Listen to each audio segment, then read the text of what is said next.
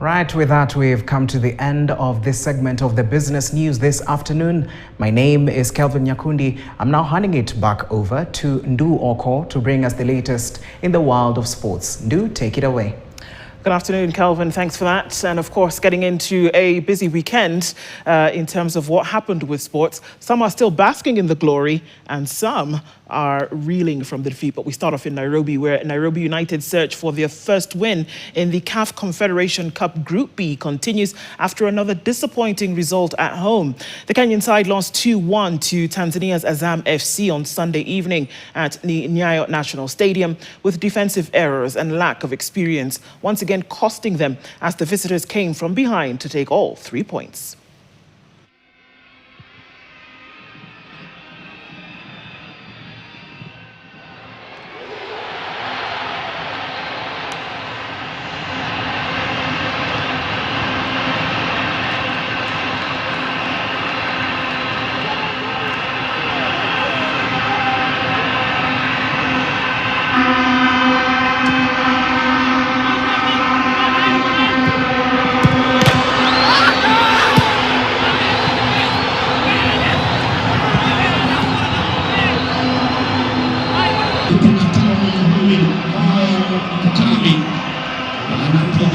The second goal for Azam, jersey number 35.